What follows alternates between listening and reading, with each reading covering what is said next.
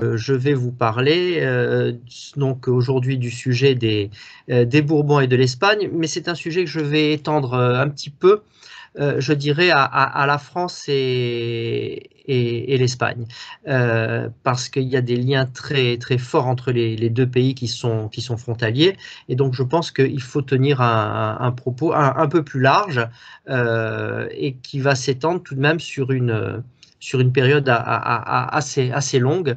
Donc mon propos sera un propos à la fois historique et politique. Qu'est-ce que je peux vous dire d'intéressant sur les Bourbons et l'Espagne, plus exactement sur la France et l'Espagne? Disons que les Bourbons n'arrivent pas sur le trône d'Espagne par hasard. On n'a pas un beau jour un Français qui devient roi d'Espagne au hasard d'une alliance fortuite, comme ça a pu arriver dans d'autres pays où tout à coup une héritière épouse un jeune homme venu d'ailleurs et son mari se retrouve roi. Entre la France et l'Espagne, il y a des relations qui sont très anciennes. Et donc, cette arrivée des Bourbons sur le trône d'Espagne et par la suite des relations très étroites qu'il y a entre la France, l'Espagne et la maison de Bourbon remonte déjà à très très loin. Bon, d'abord, il y a un point qu'il faut faire, qui est un point trivial, qui est tout simple, qui est un point géographique. C'est-à-dire que la France et la péninsule ibérique sont frontalières.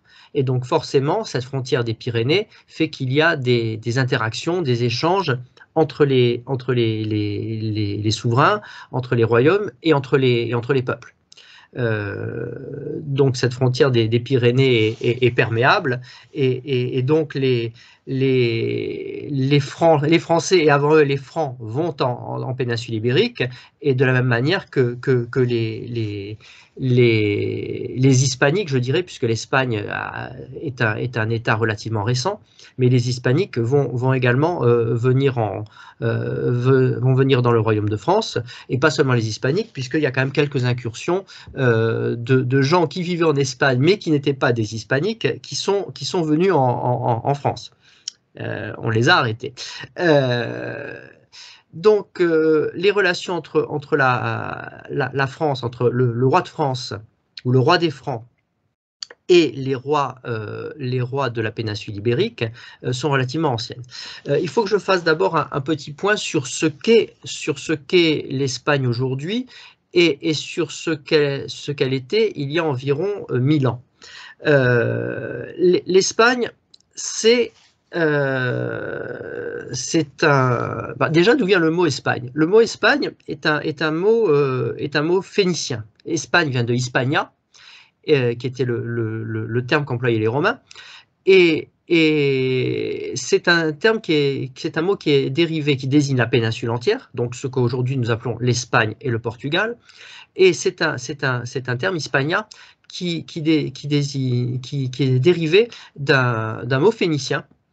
Et ce mot phénicien est un mot assez amusant, parce que, en fait, en phénicien, le mot dont est dérivé Hispania est un mot qui veut dire le pays des lapins. Car lorsque les Phéniciens sont arrivés pour la première fois en Espagne, donc dans l'Antiquité, avant Jésus-Christ, plusieurs siècles avant Jésus-Christ, ils n'ont pas vraiment découvert de personnes, ils ont découvert une infinité de lapins. C'était très peu peuplé. Par contre, c'était immensément peuplé par des colonies de lapins. Et c'est comme ça qu'ils ont appelé ce territoire le pays des lapins. Et c'est de là que vient le mot Hispania des Romains, et que vient l'Espagne d'aujourd'hui. Ça, c'est pour la petite anecdote amusante. Donc, la conquête romaine sur l'Hispanie se fait au IIe siècle avant Jésus-Christ, donc elle est bien antérieure à la conquête de la Gaule. Et c'est un territoire, puisque ça correspond à peu près à la même époque que la conquête de Carthage. Et donc c'est un territoire qui va être romanisé et qui va être ensuite, qui va rester sous domination romaine et donc sous civilisation romaine jusqu'à la chute de l'Empire romain et aux invasions des Wisigoths. Les Wisigoths sont des Ariens, donc ils ne sont pas catholiques, ils sont hérétiques pour nous catholiques, dans la mesure où ils pensaient que Jésus n'était pas une divinité. Donc ils contestaient la divinité de Jésus. Et donc ce sont ces rois wisigoths qui vont ensuite se convertir au catholicisme, et ce sont ces rois wisigoths qui vont être défaits par les Arabes ou Berbères, en tout cas par Tariq, en 711, avec la conquête du territoire de l'Espagne, la totalité du territoire. Et donc c'est à ce moment-là, en fait, c'est à partir de là que vont commencer à être relativement, que vont commencer, je dirais, les premiers liens entre l'Espagne et la France, ou entre ce qui reste, entre entre les nouveaux royaumes qui se trouvent sur la péninsule, qui sont soit des royaumes musulmans, soit des royaumes chrétiens, puisque le premier royaume chrétien est créé dans les Asturies, dans le nord de l'Espagne, en 718. Et par le fameux Pélage en français. Qui est l'ancêtre de tous les rois d'Espagne actuels, et le prédécesseur de tous les rois d'Espagne actuels. Ces liens vont commencer donc avec la France, et notamment avec la tentative d'invasion qui est remontée jusqu'à Poitiers et qui est arrêtée au 8e siècle par Charles Martel. Donc ce sont déjà des premiers liens, mais qui sont des liens conflictuels. Très rapidement, et donc à partir de Charles Martel, les rois chrétiens et les maires du palais,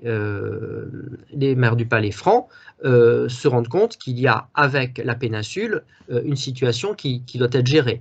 Et ça va consister évidemment à lutter contre les Sarrasins, donc musulmans, et à s'allier avec les princes chrétiens qui procèdent petit à petit, avec leurs faibles moyens, mais de plus en plus victorieux au fur et à mesure, à la reconquête de leur territoire. Donc ce sont des échanges qui sont réguliers. Et donc il y a un intérêt mutuel entre la France et l'Espagne, même si à l'époque on ne parle pas encore d'Espagne, puisque l'Espagne c'est plus un territoire géographique qu'une entité politique. On va avoir les royaumes des Asturies, le royaume de Castille, le royaume de Léon, le royaume de Portugal, le royaume d'Aragon, le royaume de Navarre, et qui petit à petit vont grignoter le territoire, conquis par les Sarrasins.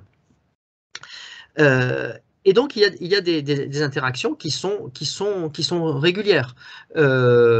Charlemagne intervient à certains moments sur le territoire espagnol. La chanson de Roland qui raconte la bataille de Roncevaux correspond à une réalité historique et à une intervention des armées de Charlemagne dans le territoire ibérique. Et ça se passe donc au 8e siècle. Par la suite, élément important qui prouve les liens étroits entre la France et la péninsule. En 987, quand Hugues Capet est élu roi des Francs, il va peu de temps après faire sacrer son fils Robert, qui sera Robert le Pieux.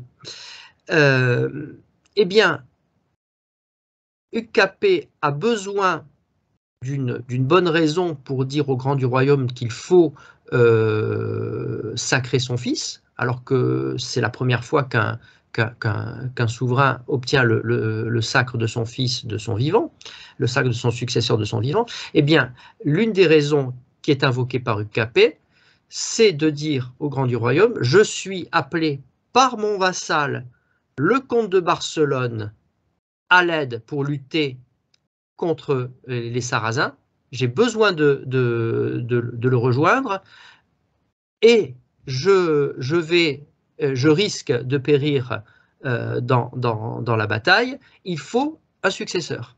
Et donc, on a à cette époque-là déjà des liens entre la France et l'Espagne qui ont des conséquences politiques importantes sur le royaume des Francs.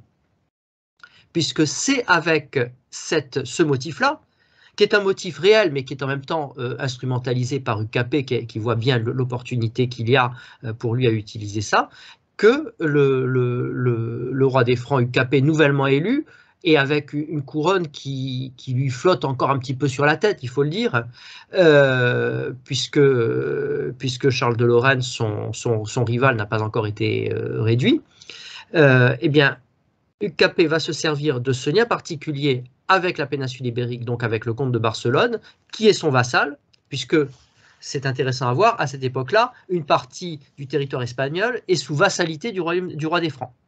Donc, c'est avec ça que UKP va obtenir le sacre de son fils. Et donc, on a déjà un lien très étroit entre la France et l'Espagne il y a plus de 1000 ans. Évidemment, les relations entre la France et l'Espagne se poursuivent, et ce sont des relations qui sont tout à fait cordiales, parce que souvent, on a entre pays frontaliers, on a des relations qui sont difficiles. On sait que la France et l'Angleterre ont eu des relations extrêmement difficiles, la France et l'Allemagne ont eu des relations extrêmement difficiles, la France et les territoires frontaliers, d'une façon générale, ont des relations difficiles. On pense par exemple à la Flandre. La relation entre la France et les pays de la péninsule ibérique sont des relations beaucoup plus faciles. Et ça pendant tout le Moyen-Âge. Alors évidemment, il peut y avoir des frictions, mais les relations sont faciles. Ce n'est pas pour rien que Saint-Louis sera le fils de Blanche de Castille. Blanche de Castille est la fille du roi de Castille. Louis VIII cherche une épouse, et dans le cadre des liens entre la France et la Castille, Louis VIII, le fils de Philippe Auguste, va donc épouser la fille du roi de Castille, Blanche, et bon, Blanche de Castille sera donc la mère du grand Saint-Louis. Une génération plus tard, Philippe III le Hardi, le fils de Saint-Louis, va épouser Isabelle d'Aragon, encore une princesse espagnole.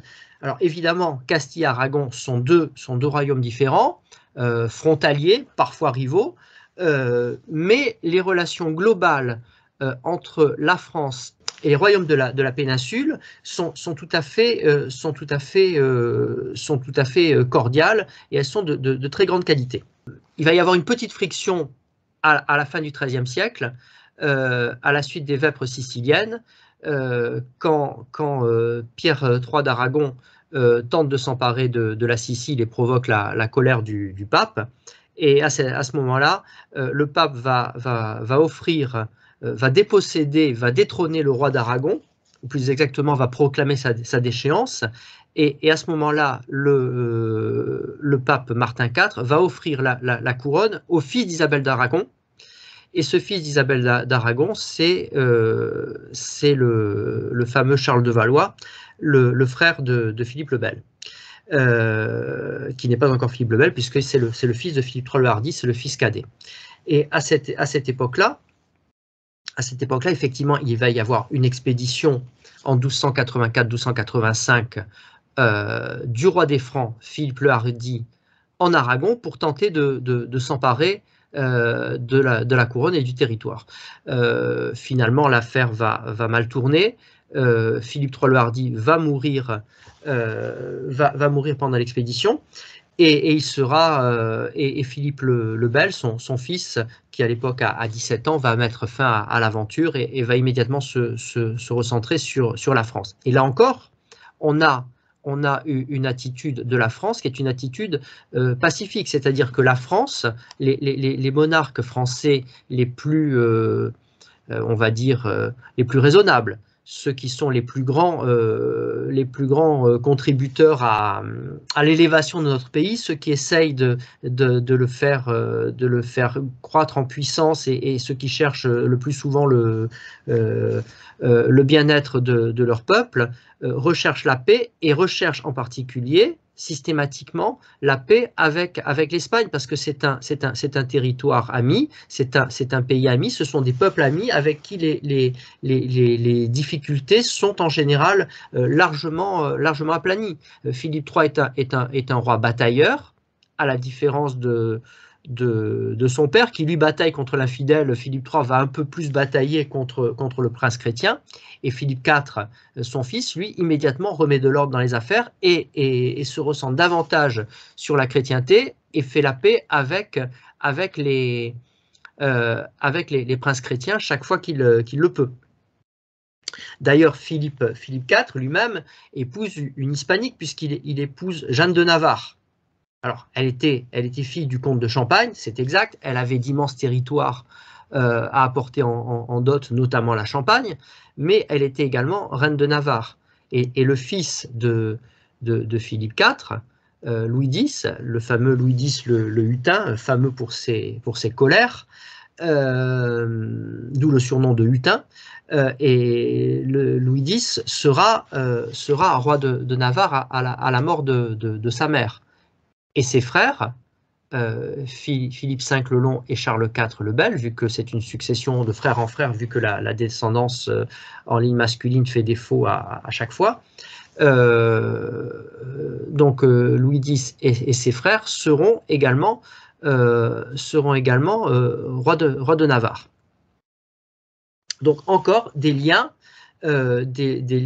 très forts avec la péninsule ibérique. Je rappelle, s'il est nécessaire de le dire, que la Navarre, à cette époque-là, est un vrai royaume avec un vrai territoire, avec sa capitale à Pampelune, avec un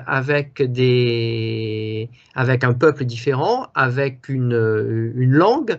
Donc on n'est pas dans la Navarre de Louis XIV, Louis XV ou Louis XVI, qui est une Navarre nominale intégrée à la France. On est dans un véritable territoire qui correspond grosso modo à la Navarre actuelle, à la province de Navarre actuelle en Espagne. Donc c'est un gros territoire, c'est un territoire important, frontalier, qui enjambe les deux côtés des Pyrénées, puisqu'il y a une partie du Béarn qui est du côté français des Pyrénées, mais c'est un vrai pays. Ça n'est pas un territoire simplement, comment dire, ça n'est pas un territoire fantasmé, comme on peut le croire, parce que nous Français, connaissons la Navarre sous l'angle d'une partie minuscule de territoire dont on ne sait pas exactement ce qu'elle est. À part les Navarrais eux-mêmes qui, j'imagine, savent exactement quel est leur pays. Et donc ces liens entre la France et l'Espagne se poursuivent pendant très longtemps, et ce sont des liens cordiaux avec, évidemment, de temps en temps des frictions. On se souvient de Charles le Mauvais pendant la guerre de 100 ans, qui a comploté autant qu'il a pu contre le roi de France pour essayer de le remplacer, ou pour essayer de se tailler une principauté dans le territoire. Alors Charles le Mauvais était roi de Navarre. Charles le Mauvais était l'aîné des descendants de Philippe le Bel et de Louis X. Seulement il était l'aîné des descendants par les femmes. Et c'est pour cette raison qu'il n'a pas pu succéder au trône de France, puisqu'il faut faire un petit rappel concernant la succession au trône de France. Philippe le Bel, Philippe IV, meurt en 1314, il laisse la couronne tout à fait normalement à son fils aîné, et Philippe le Bel a 3 fils, Louis, Philippe et Charles. Donc c'est Louis, déjà roi de Navarre, qui devient en 1314 roi de France, et Louis, qui devient roi de France en 1314, meurt en 1316 à la suite d'une courte maladie. Louis X, en 1316, laisse une fille, Jeanne, et sa femme enceinte, la reine Clémence de Hongrie.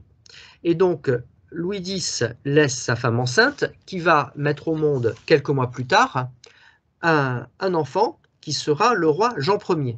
Le seul problème est que le roi Jean Ier, donc, qui est un roi posthume, qui est roi dès l'instant de sa naissance, va mourir au bout de 5 jours. Ce qui n'a rien d'anormal, malheureusement, à cette époque-là, vu que les nouveau-nés sont extrêmement fragiles et qu'il est fréquent qu'un nouveau-né sur 2 meure avant sa première année. Donc, la situation devient difficile, puisque la France se retrouve sans roi. Il n'y a pas de fils aîné, c'est la fin de ce qu'on avait appelé le miracle capétien, c'est-à-dire que chaque roi en mourant avait laissé un fils pour lui succéder. Et donc à ce moment-là, les grands seigneurs du royaume vont se réunir et vont décider de confier la couronne à celui qui avait été nommé régent, c'est-à-dire au frère de Louis X, le comte de Poitiers, Philippe, qui deviendra le roi Philippe V le Long. Et c'est à ce moment-là qu'est donc décidée cette question de succession strictement agnatique, qu'on a appelé plus tard la loi salique, et qui fait que les rois de France sont exclusivement des mâles issus des mâles. Donc il n'y a pas de femme roi de France, et il n'y a pas d'homme qui tiendrait ses droits d'une femme. On ne permettait pas de transmettre un droit qu'on n'avait pas soi-même. Et c'est l'une des causes de la guerre de 100 ans, car un certain nombre de princes d'origine française, mais qui n'étaient pas des capétiens en ligne masculine et par voie d'aînesse, avaient un lien de parenté qui était plus proche avec le dernier roi que celui qui est devenu roi. Alors dans un premier temps, c'est effectivement le frère du précédent roi, ou plus exactement son oncle, puisque Jean Ier a régné, mais par la suite c'est carrément le cousin germain, et c'est avec l'arrivée des Valois et de Philippe VI de Valois sur le trône de France à la mort de Charles IV en 1328. Pourquoi est-ce que je parle de ça? Je parle de ça parce que Charles le Mauvais, Charles le Mauvais, donc le roi de Navarre, on l'appelle le Mauvais parce qu'il avait apparemment le même mauvais caractère que son grand-père Louis X, et qu'il avait un jour, en arrivant en Navarre, était non pas maltraité, mais il y avait eu une légère querelle de préséance, quelqu'un ne lui avait pas accordé ne l'avait pas traité selon son rang. Il avait immédiatement fait pendre le fâcheux qui avait manqué de courtoisie à son égard. Et la population de Navarre, qui ne le connaissait pas, puisque c'était l'une des premières fois qu'il arrivait, c'était un homme tout jeune à l'époque, il avait 16 ou 17 ans, et donc l'avait immédiatement estampillé le mauvais, parce que son premier acte de roi sur le territoire avait été de faire pendre un malheureux qui passait par là et qui n'avait pas eu la courtoisie qu'il aurait dû avoir. Donc c'est un personnage assez colérique, comme son grand-père Louis X, qui avait eu aussi de mauvaises manières, mais de manière moins violente et moins sanguinaire. Et donc Charles le Mauvais est le fils de Jeanne de Navarre, qui est elle-même la fille de Louis X. Et donc à ce titre, Charles le Mauvais est l'aîné par voie féminine, en ligne féminine, des descendants de Philippe IV, de Philippe le Bel. Et donc il estime qu'il devrait être lui le roi de France. Et il le serait sans aucun doute s'il n'y avait pas la loi dite salique, c'est-à-dire la loi de succession strictement agnatique. Et donc cet homme-là va passer sa vie à comploter. Là, on peut vraiment parler de complot. Il va passer sa vie à comploter pour tenter soit de conquérir le trône, soit et s'emparer du royaume entier, soit s'allier aux Anglais à l'occasion des événements de la guerre de 100 ans, pour tenter d'avoir des territoires supplémentaires. Il faut dire que c'est un prince très important d'un point de vue territorial, puisqu'il est roi de Navarre, qui est un vrai territoire, et il est comte de Champagne, qui est un territoire immense. Il est par ailleurs le fils de Philippe d'Évreux, comte d'Évreux, qui est lui-même un fils de Philippe III le Hardi. Donc c'est un prince territorial très important, très riche, très puissant, et très frustré d'être l'aîné sans être le roi. Et donc c'est un homme qui va fomenter énormément de troubles, qui va s'allier avec la Castille, qui va s'allier avec l'Aragon, qui va s'allier avec l'Angleterre, qui va s'allier avec les ennemis du roi de France chaque fois qu'il va pouvoir, qui va s'allier parfois avec le dauphin Charles contre le roi Jean le Bon. Donc c'est une situation, ce sont les événements de la guerre de 100 ans, bon, qu'il est difficile de détailler ici dans un petit récit d'1 heure au maximum, mais qui est un personnage, lui, très intéressant et qui est finalement assez peu connu. Mais pour revenir à mon propos général, là encore, on a des liens étroits entre la France et la péninsule qui s'expriment pendant cette période-là. Évidemment, les choses vont s'arranger par la suite, notamment grâce à la mort de Charles le Mauvais, qui lui a un fils qu'on appelle Charles le Noble, et qui est tout le contraire de son père, qui va se concentrer sur la Navarre, qui va être un excellent roi de Navarre, qui va être un grand bâtisseur, et qui va surtout être un allié solide pour la France. Reprenant donc la vieille tradition des princes espagnols qui sont les alliés des rois de France. Un peu plus tard, à la même époque, on a Charles V qui va envoyer du Guesclin aider le roi de Castille régler un certain nombre de problèmes. On va envoyer les grandes compagnies en Castille notamment, et où elles se comporteront beaucoup mieux qu'en France, et du Guesclin deviendra connétable de Castille. Donc on a un Breton au service du roi de Castille, sur l'ordre du roi de France, et qui devient connétable d'un royaume étranger, avec l'aval du roi de France. Donc là encore, des relations entre la France et les royaumes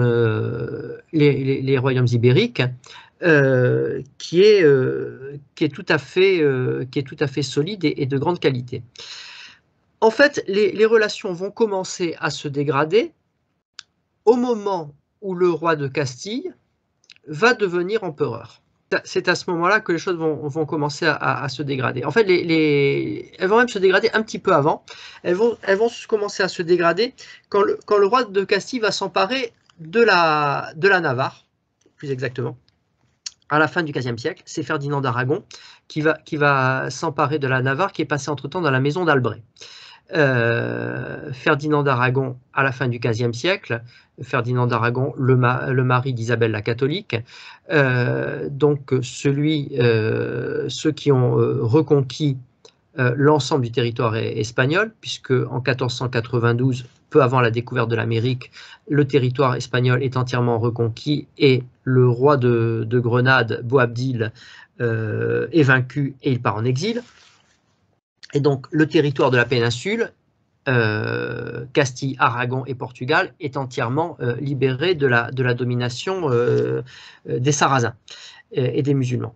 Et donc, le roi d'Aragon, qui est un homme ambitieux, puisque même si à l'heure actuelle on ne s'en rend pas compte, l'Aragon a plus ou moins annexé la Castille, puisque la maison qui prend le pouvoir en Castille, c'est la maison d'Aragon. Et à l'heure actuelle, les rois d'Espagne sont les descendants des rois d'Aragon et de Castille. Et donc le roi d'Aragon va étendre son pouvoir plus au nord et va donc s'emparer de la Navarre, de la maison d'Albret. Donc c'était une maison qui était plutôt française, et donc la Navarre va devenir carrément espagnole, et être intégrée de manière définitive à l'Espagne, qui n'existe pas encore. Et la situation va encore, mais ça, ce n'est pas un énorme problème pour la France. Même si les rois de France sont les alliés des rois de Navarre français, je dirais de la maison d'Albret, ça n'est pas un énorme problème pour la France. Là où la situation va devenir franchement difficile, c'est lorsque le roi de Castille, Charles Ier, va devenir l'empereur, le saint-empereur romain germanique, Charles Quint. Et à ce moment-là, effectivement, les relations entre la France et l'Espagne, parce que Charles Quint est vraiment le premier roi d'Espagne, Charles Quint, et donc la situation entre la France et l'Espagne va vraiment se dégrader, puisque la France se trouve effectivement prise en étau, prise en sandwich entre deux immenses territoires appartenant au même souverain, qui est très puissant et qui est très riche, puisqu'il est également, le roi des Indes. C'est le roi des Indes occidentales, puisqu'il y a eu la découverte de l'Amérique. On est en pleine conquête de l'Amérique, avec ces immenses richesses, essentiellement, des immenses richesses, notamment en or, et qui font que le roi de Castille, donc le roi Charles Quint, Charles Ier en Castille, Charles Quint en Allemagne, est un homme extrêmement puissant, et que forcément les relations vont se dégrader, et elles vont se dégrader également à la faveur de la Réforme, parce que la Réforme protestante qui intervient à cette époque-là, à partir des années 1520, en Allemagne avec Luther, avec Calvin à Genève, et ensuite un peu partout en Europe, sauf justement en Espagne où elle est étouffée dans l'œuf, et en Angleterre évidemment. La Réforme va être un sujet de querelle, entre les rois de France et les rois d'Espagne, parce que les rois d'Espagne ont réussi à empêcher la Réforme protestante de prospérer. Donc, elle a été en Allemagne. Charles Quint s'est révélé totalement impuissant à empêcher la doctrine de Luther de prospérer. C'est lié notamment aux conditions politiques propres de l'Allemagne, qui font qu'un certain nombre de princes allemands ont trouvé opportun de trahir le roi en matière religieuse, parce que ça leur permettait aussi de le trahir en matière politique et d'augmenter leur puissance politique. Mais en Espagne, la Réforme protestante, en fait, il n'y en a pas. Hein, il faut dire ça clairement, des protestants en Espagne, je ne sais pas, on doit les compter sur les doigts d'une main.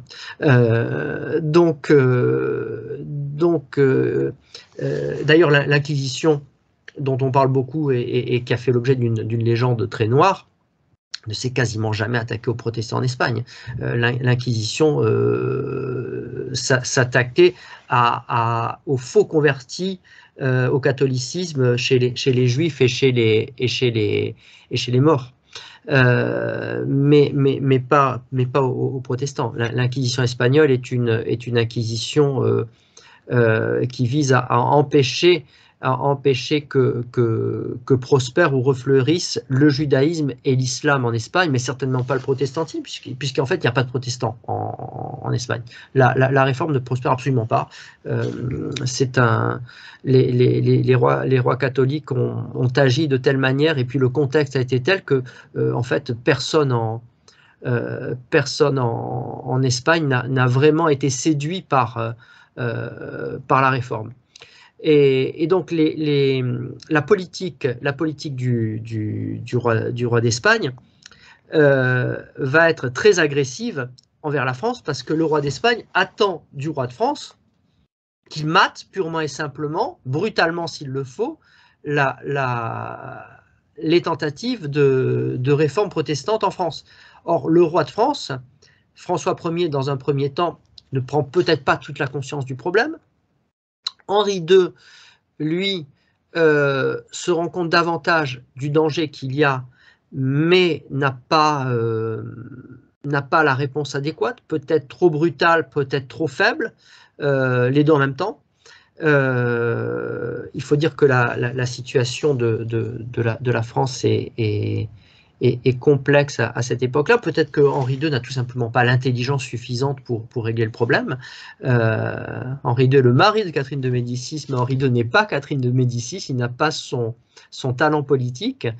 Et donc la réforme va prospérer, et surtout la réforme va prospérer à la mort d'Henri II en 1559, vu que Henri II meurt brutalement dans un accident, de tournoi, justement à l'occasion des fêtes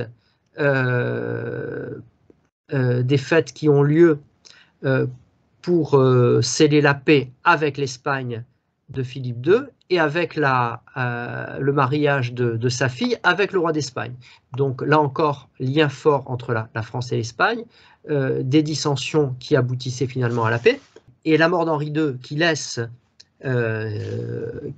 4 fils très jeunes, puisque l'aîné est majeur légalement, c'est François II, mais François II a 16 ans, François II est malade, François II est un adolescent quasiment dans l'enfance, quasiment pas sorti de l'enfance, et qui va être un roi extrêmement faible, qui va régner très peu de temps, environ 2 ans. Et donc à François II va succéder Charles IX, qui lui est carrément un enfant, donc il y aura une situation de régence, ce sera la régence de Catherine de Médicis, et donc Charles IX a une dizaine d'années, peut-être un petit peu moins, je n'ai plus la date exacte en tête, je crois qu'il a 9 ans, et donc c'est une période de trouble, parce que les périodes de régence sont des périodes difficiles. Blanche de Castille, régente sous Saint-Louis, avait eu à affronter des situations difficiles. Les périodes de régence sont malheureusement des situations difficiles, de faiblesse du monarque, de faiblesse du régent, le cas échéant, sauf s'il s'agit de quelqu'un à poigne, pas forcément un homme, puisque Blanche de Castille avait de la poigne, et Blanche de Castille a tenu le royaume à bout de bras, comme par hasard une Espagnole. Et comme Anne d'Autriche d'ailleurs, une autre espagnole. Et donc Catherine de Médicis va tenir le royaume comme elle va le tenir assez bien, mais dans un contexte extrêmement difficile, avec des partis catholiques et protestants qui vont s'affronter, et qui vont aussi prendre le prétexte de la religion pour tenter d'augmenter leur pouvoir. Je rappelle qu'à l'époque des guerres de religion, les Bourbons sont protestants. Antoine de Bourbon, le roi de Navarre, est protestant. Le prince de Condé est protestant. Et par la suite, le fils d'Antoine de Bourbon, le futur Henri III de Navarre, Henri III de Navarre et futur Henri IV de France, est un protestant. Ça n'est pas un fidèle catholique, c'est un protestant qui va causer énormément de problèmes jusqu'à ce qu'il devienne l'aîné des Capétiens. Vu que, j'allais dire bizarrement, non, pas bizarrement, mais il y a une grâce des Capétiens, c'est que l'aîné des Capétiens, même s'il a été un abominable prince, a cette tendance naturelle à devenir un bon roi, et fidèle à la foi de ses pairs. Et donc, pour revenir à mon propos sur les relations entre la France et l'Espagne pendant les guerres de religion, tout ça est lié évidemment est lié évidemment à cette situation de guerre de religion, c'est lié à cette situation de territoire frontalier avec le différend de la Navarre, mais qui n'est pas un différend insoluble. Antoine de Navarre avait épousé Jeanne d'Albret dans l'espoir, enfin Antoine de Bourbon avait épousé Jeanne d'Albret dans l'espoir de devenir il devenait roi de Navarre, mais dans l'espoir de récupérer le territoire de la Navarre, parce qu'il y avait des négociations à cette époque-là. C'est relativement peu connu parce que ça n'a pas abouti à quoi que ce soit de concret, mais il y a eu des tractations diplomatiques qui visaient à ça. À cette époque-là, Antoine de Navarre, protestant, était prêt à devenir catholique pour devenir roi de toute la Navarre. Comme quoi les questions de foi ne sont pas toujours des questions strictement de foi. Et dans toute cette situation, malgré tout, va créer des liens, alors des liens parfois conflictuels, mais des liens réels entre la France, la France et l'Espagne. En 1589, quand Henri III est assassiné, on a pu se demander s'il n'avait pas été assassiné à l'instigation. Alors on sait qu'il est assassiné à l'instigation de la Ligue, qui était donc l'organisation des catholiques les plus fervents et malheureusement les plus violents. Et donc il est assassiné à l'instigation de la Ligue. On s'est demandé s'il n'y avait pas derrière le bras de l'Espagne. Vu que Henri III avait fait l'année précédente exécuter, je ne dis pas assassiner, mais exécuter le duc de Guise, qui lui était donc un prince rebelle et qui était le complice de l'Espagne. Lorsque le duc de Guise a été assassiné à Blois, il avait dans sa poche une lettre du roi d'Espagne, lui promettant monts et merveilles et des sommes absolument considérables en échange de son son alliance. En 1600, Henri IV, redevenu catholique, puisque Henri IV est quand même né catholique. Henri IV est un prince né catholique. Jeanne d'Albret était catholique lorsqu'elle a donné naissance à Henri IV. Antoine de Bourbon était catholique. Et donc Henri IV, qui était hérétique, converti, relapse, enfin Henri IV a été un peu tout, était quand même né catholique, devenu catholique lorsqu'il a abjuré le protestantisme et est mort catholique. Donc Henri IV en 1600, Henri IV épouse Marie de Médicis, qui est la petite nièce de Charles Quint, la petite fille de Ferdinand d'Allemagne, qui était l'empereur d'Allemagne, frère de Charles Quint. Donc Henri IV épouse une princesse qui est d'origine espagnole très clairement, malgré son nom, puisqu'elle était espagnole par sa mère. En 1610, lorsqu'Henri IV est assassiné, là encore, on se demande s'il n'y a pas la main de l'Espagne. On n'a jamais élucidé la question de l'assassinat d'Henri IV, Ravaillac étant un personnage extrêmement énigmatique, et on n'a jamais pu savoir qui était derrière. Mais là encore, alors, on ne va pas parler de liens parce que c'est beaucoup dire, mais là encore, l'Espagne recherche l'alliance avec le roi de France, et c'est lorsque le roi de France est là à briser l'alliance avec l'Espagne qu'il est assassiné, puisque Henri IV est assassiné à la veille de partir en guerre contre l'Espagne encore une fois.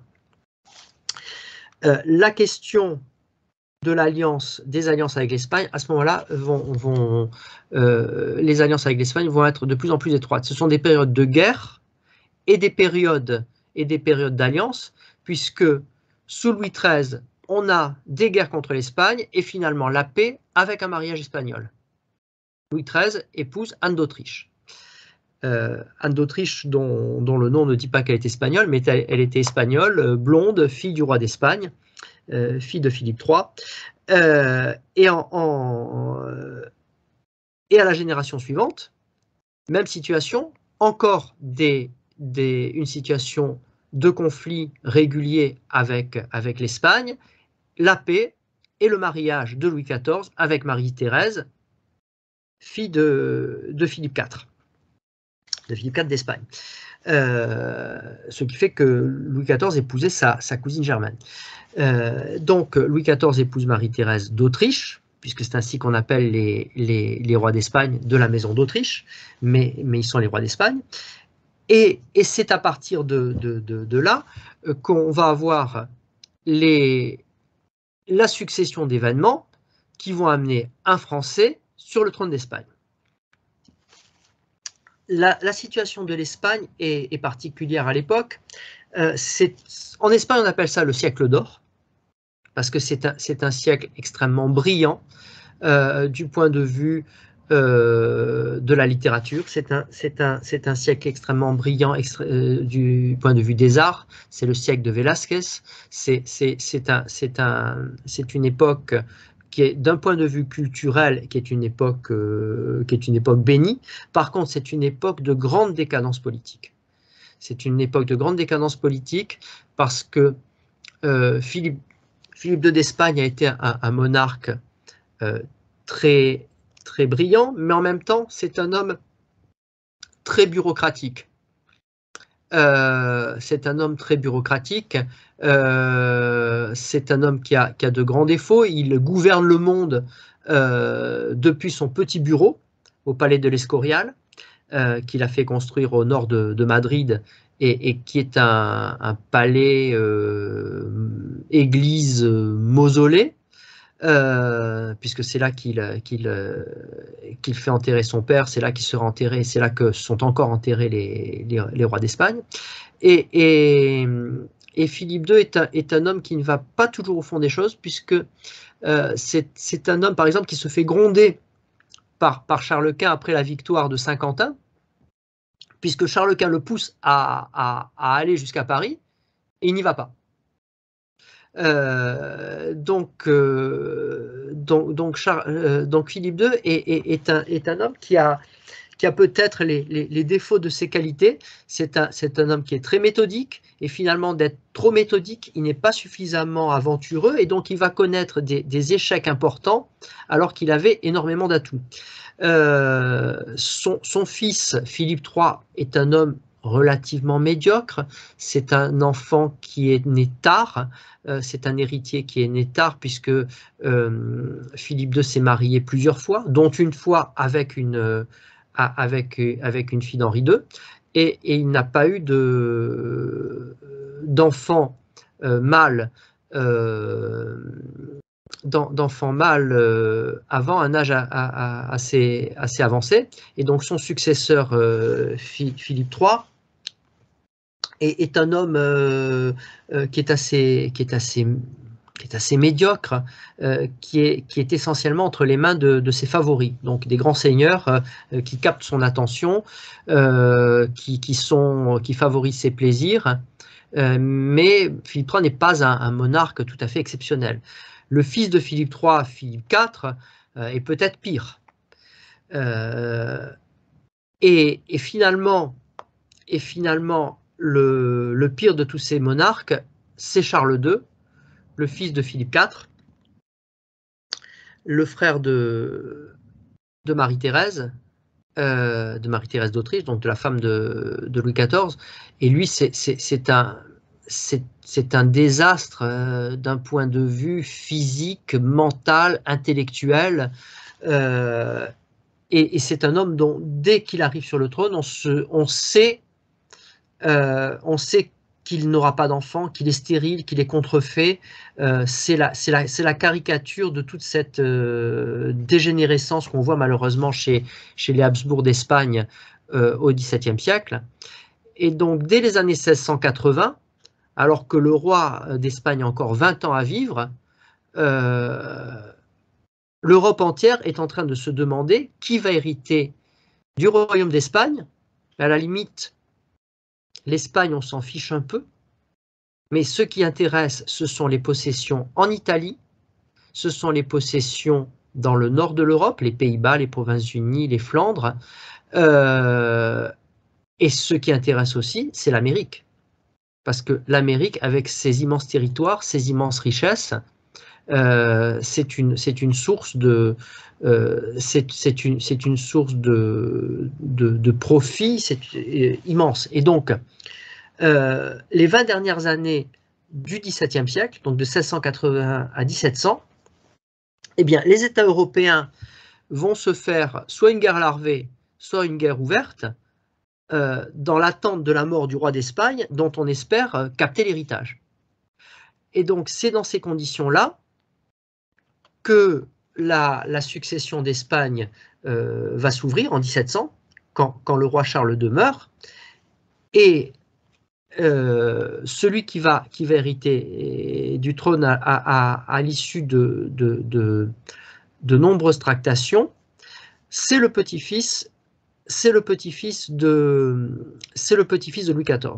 Alors, je ne vais pas rentrer dans les détails de la succession d'Espagne. Lorsque le roi d'Espagne devient un Français, lorsque le petit-fils de Louis XIV, donc le duc d'Anjou, Philippe, devient roi d'Espagne, cela entraîne une guerre de succession d'Espagne, la guerre de succession d'Espagne, qui va se conclure en 1712-1713 par les traités d'Utrecht. La France est vaincue, mais la France a gagné. C'est-à-dire que la France a perdu la guerre, mais finalement, l'Espagne n'est pas démantelée, les possessions espagnoles ne sont pas démantelées, l'Espagne conserve l'Empire américain, conserve l'Amérique, l'Espagne n'est pas démantelée, elle perd juste Gibraltar, d'ailleurs elle n'a toujours pas récupéré, et le roi d'Espagne est un Français. Et donc, c'est à cette époque-là que vont se nouer les liens encore plus étroits entre la France et l'Espagne, entre les Bourbons et l'Espagne, puisqu'on va avoir cette maison de Bourbon en Espagne, et cette maison de Bourbon en Espagne, eh bien, elle est toujours au pouvoir. Donc, depuis 1700, alors qu'on n'a plus de Bourbons sur le trône de France, on a toujours des Bourbons sur le trône d'Espagne. Et ce qu'il faut bien voir, c'est que cette maison de Bourbon va être extrêmement fidèle à la France. Elle va être fidèle à la France de plusieurs manières. En 1718, Philippe V, qui est un homme jeune,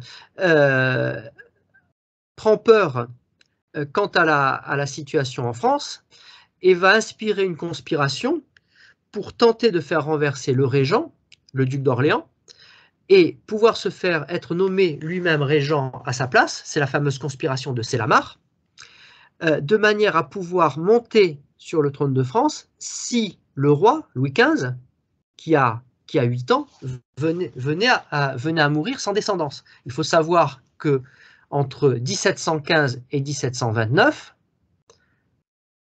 le roi de France n'a pas de fils, donc il n'a pas d'héritier présomptif, et donc son héritier présomptif naturel, c'est le roi d'Espagne. Sauf qu'il y a ce fameux traité d'Utrecht qui interdit la réunion des deux couronnes de France et d'Espagne sur la même tête. Et dans ces conditions, ce serait une belle occasion pour l'aîné des d'Orléans. C'est là qu'on arrive avec nos bons amis les d'Orléans. Ça serait une bonne occasion pour l'aîné des d'Orléans, le régent, dont je dois préciser que le régent a été loyal. Le régent a été loyal, il n'a pas trahi. Autant ses descendants n'ont pas été loyaux, le régent a été loyal. Il a défendu son pouvoir, il a défendu la régence, mais il n'a jamais tenté d'usurper la couronne. Et donc, mais si le roi venait à mourir, le régent pourrait avoir cette forte tentation de devenir le successeur. Et ça pourrait fonctionner après tout.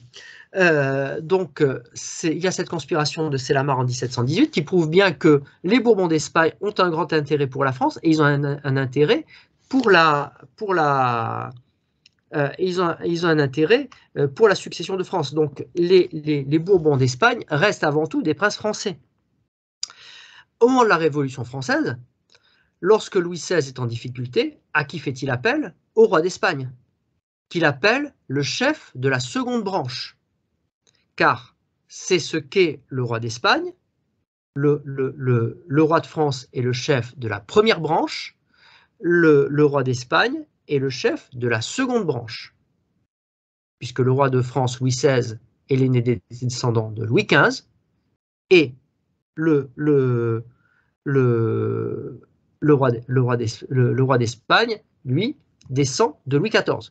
Donc, après les descendants de Louis XV, ce sont les descendants de Louis XIV qui ont la préséance, qui sont en ligne de succession.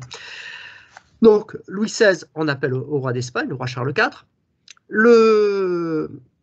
Sous la Restauration, en 1823, lorsque le roi Ferdinand VII a des difficultés, le roi Louis XVIII envoie son neveu Louis-Antoine, le duc d'Angoulême, le futur Louis XIX, le fils du comte d'Artois, il envoie le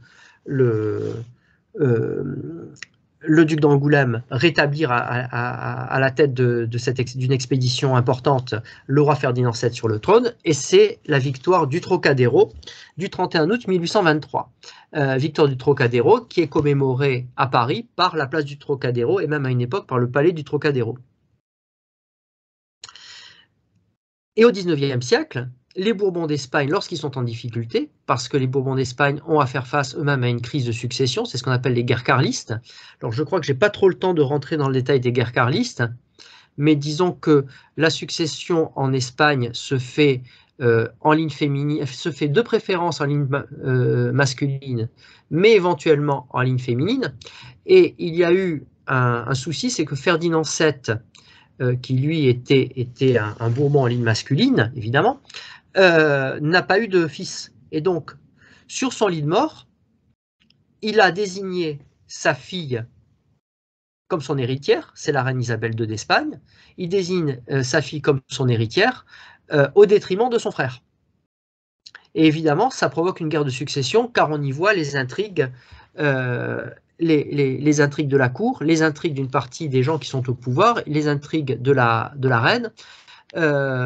Et donc une partie de la population se soulève avec des lignes directrices qui sont enfin une façon de concevoir le pouvoir qui sont différentes.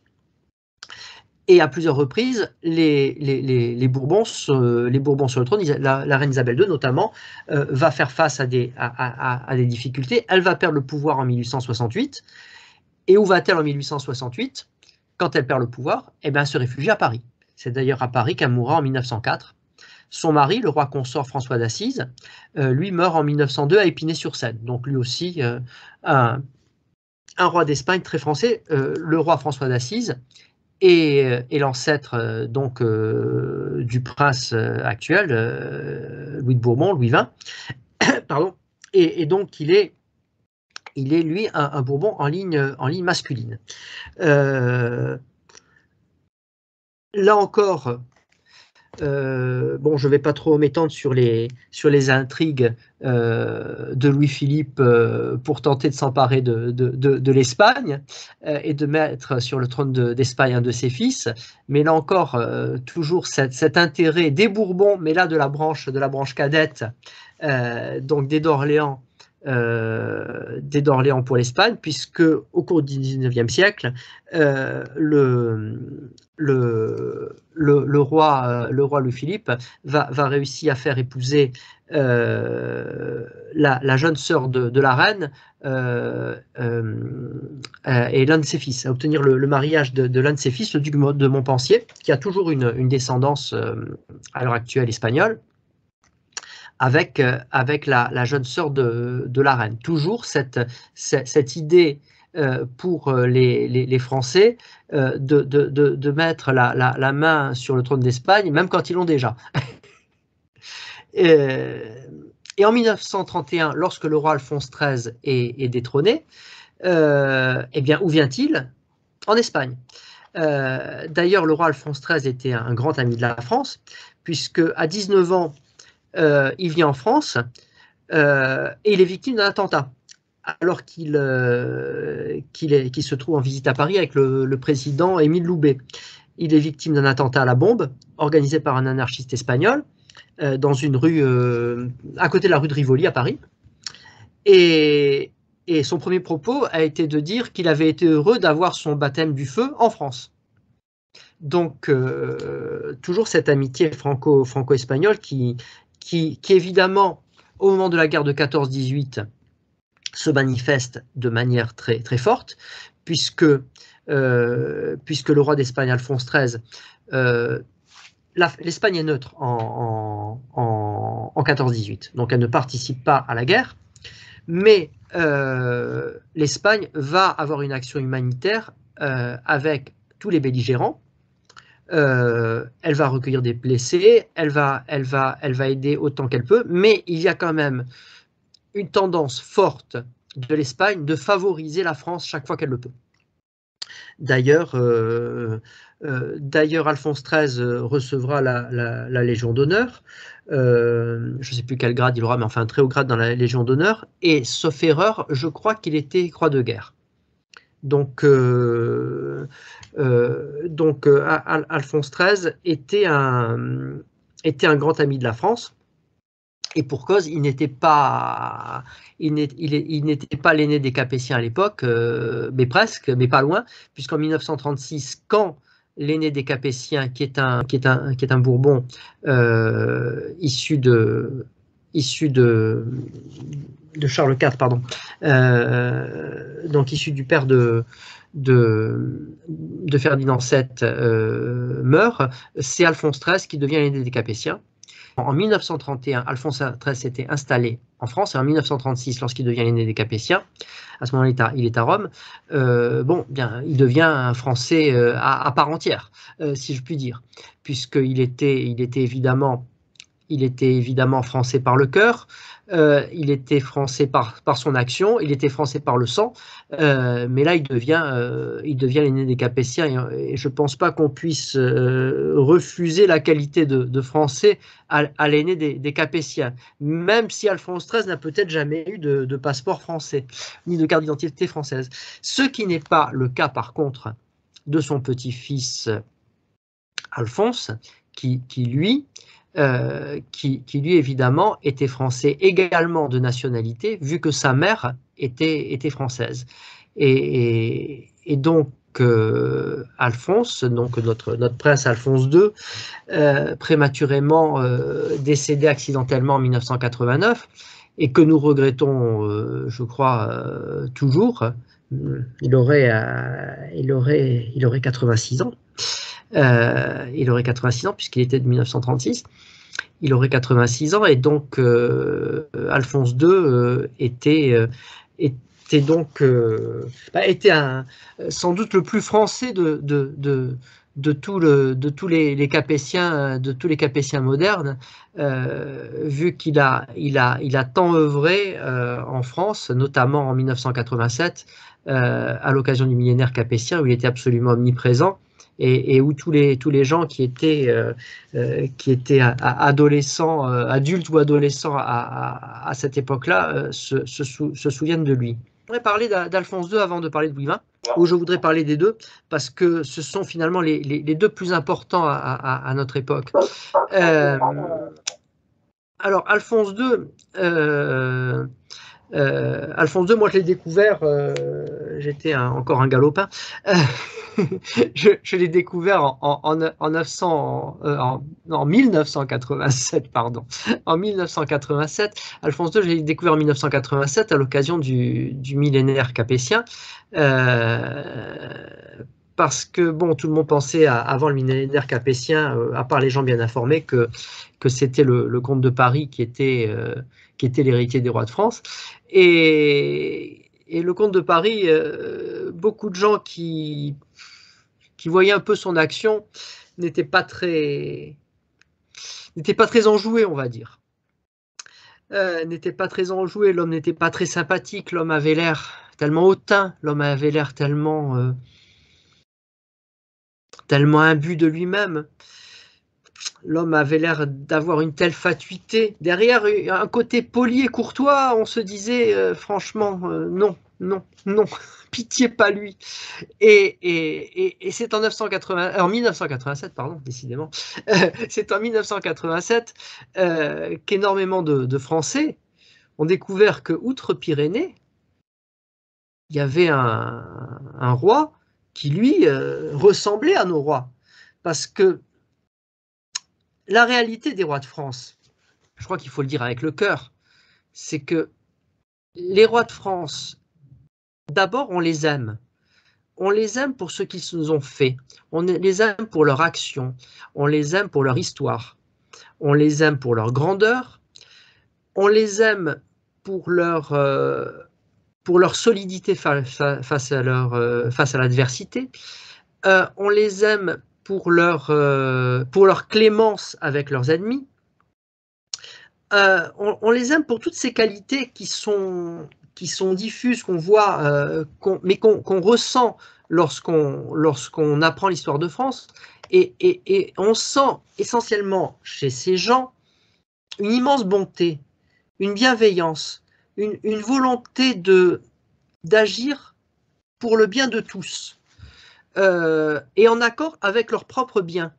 On n'a pas affaire à des gens égoïstes. Et je pense que si la monarchie française a duré aussi longtemps, c'est parce qu'elle n'a jamais eu affaire à des arrivistes. Elle a eu affaire à une lignée tout à fait exceptionnelle. Et cette lignée exceptionnelle, elle s'est traduite par une multitude d'événements. Alors, tous les rois ne sont pas parfaits. Les rois peuvent avoir leur travers. Ce sont des personnes, ce sont des chrétiens, ce sont des pécheurs. Mais il y a globalement, dans cette lignée des Capétiens et des aînés des Capétiens, cette particularité qui fait que le peuple l'aime, et il ne l'aime pas béatement. Il l'aime avec raison pour tout ce bien qui se communique, qui se communique entre le roi et le peuple, et qu'on voit au travers de cette histoire. Et les gens qui ont rencontré Alphonse de Bourbon, moi je ne l'ai pas rencontré malheureusement, les gens qui ont rencontré Alphonse de Bourbon, et je le sais par des gens qui me l'ont dit, ils m'ont dit cet homme-là, il avait quelque chose d'exceptionnel. Il avait quelque chose d'exceptionnel. Un ami m'a raconté, parce que lui, là, il est plus âgé, et donc il l'a connu jusqu'à sa mort.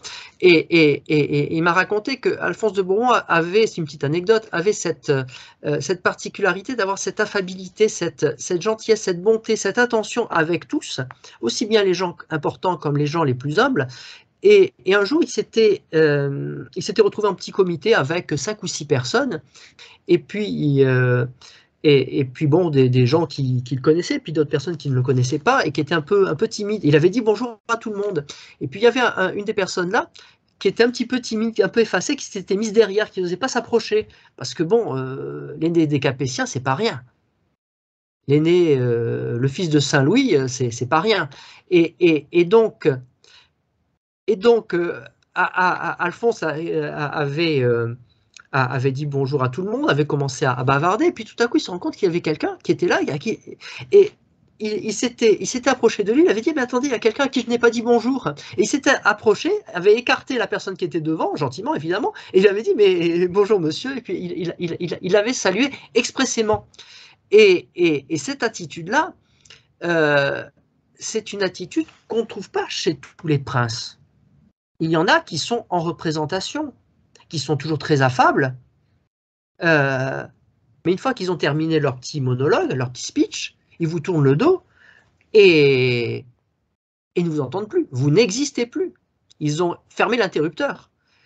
Et vous avez chez les Bourbons, chez les Capétiens, et moi ça je l'ai vu un petit peu chez Louis XX, parce que j'ai la chance de l'avoir rencontré, de l'avoir un petit peu côtoyé, et il a cette affabilité, cette bonté, cette bienveillance qu'on m'a décrite chez Alphonse. C'est-à-dire que ça n'est pas un homme en représentation, ça n'est pas une institution, c'est une vraie personne de chair et de sang, mais c'est un vrai prince. C'est vraiment la personne qui incarne quelque chose et qui est incarnée. Et ça, je pense que c'est la vraie raison. C'est la vraie raison de la présence des Capétiens sur le trône de France pendant aussi longtemps.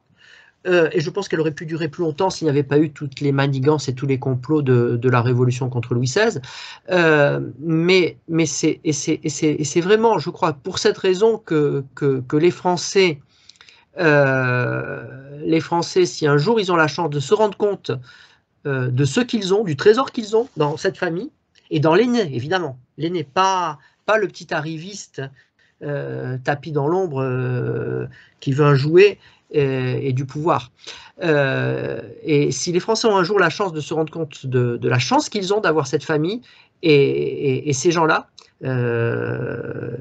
eh bien, peut-être qu'ils reviendront à la monarchie et peut-être que les Bourbons dits d'Espagne, parce que c'est les Bourbons tout court, c'est la Maison de France, et donc l'aîné, évidemment, l'aîné, et seulement lui,